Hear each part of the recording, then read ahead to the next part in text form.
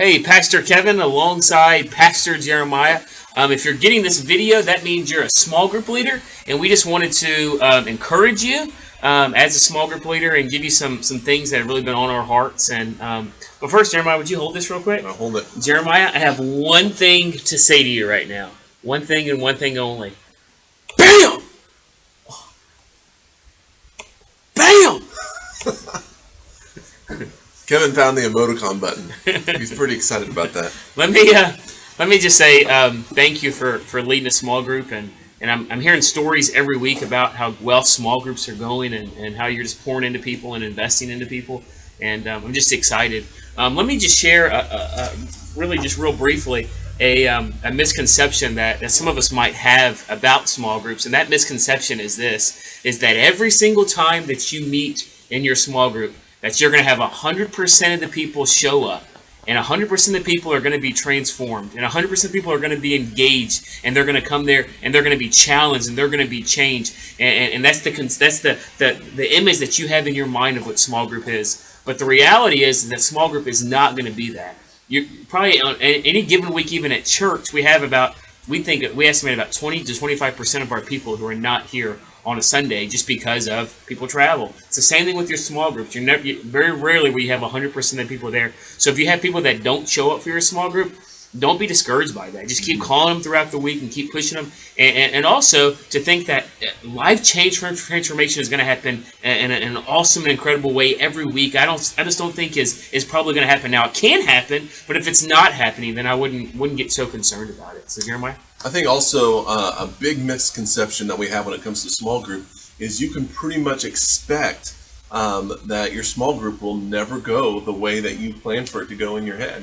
A lot of times we have an idea of how we want our small group to play out each and every night that we meet. And I lead a small group, and I know every time that our small group meets, before we get together, I have this idea in my mind of what I think small group is going to look like. And then almost always, without exception, it ends up turning into something different than what I had expected.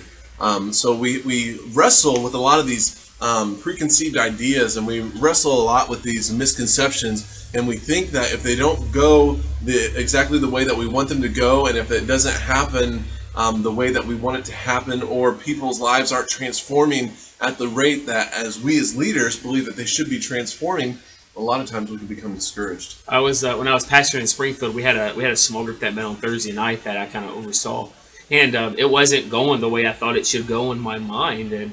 And I talked to a pastor friend of mine, and he says, "Man, you need to go to the book of Acts and see what a small group looks like."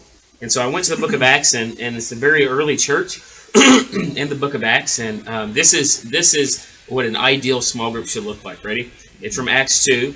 It says, "The believers devoted themselves to the apostles' teaching and fellowship."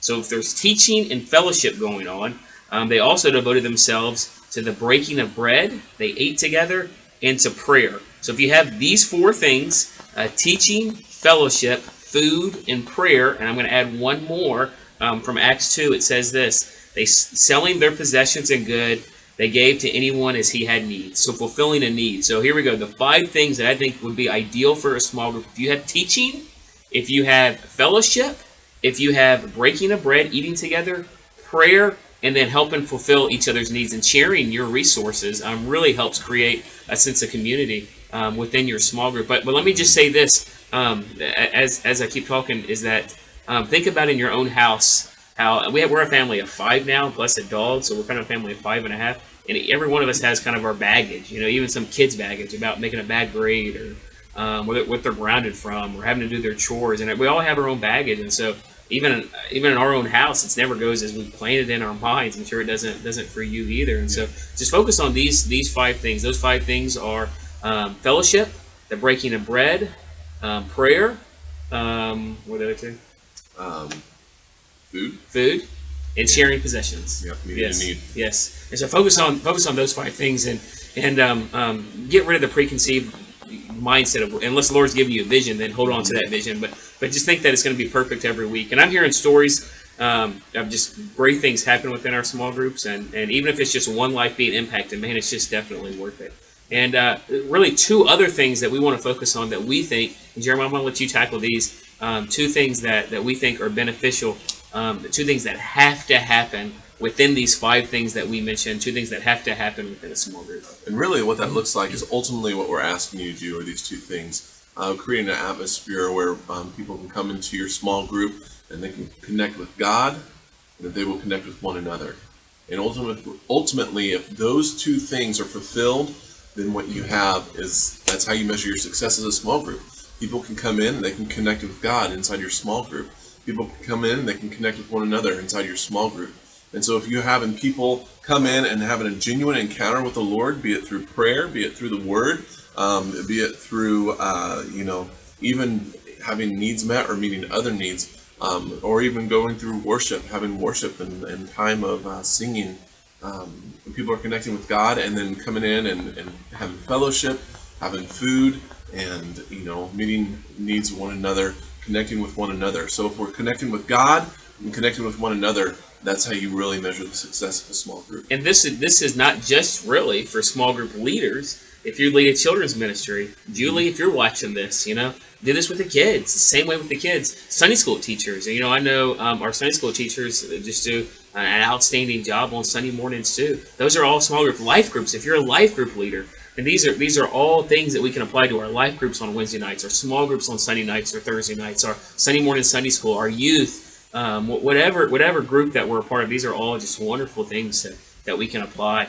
And so keep fighting the good fight. I'm going to tell you, as a pastor, and Jeremiah as a pastor, we're dependent on you to help with discipleship.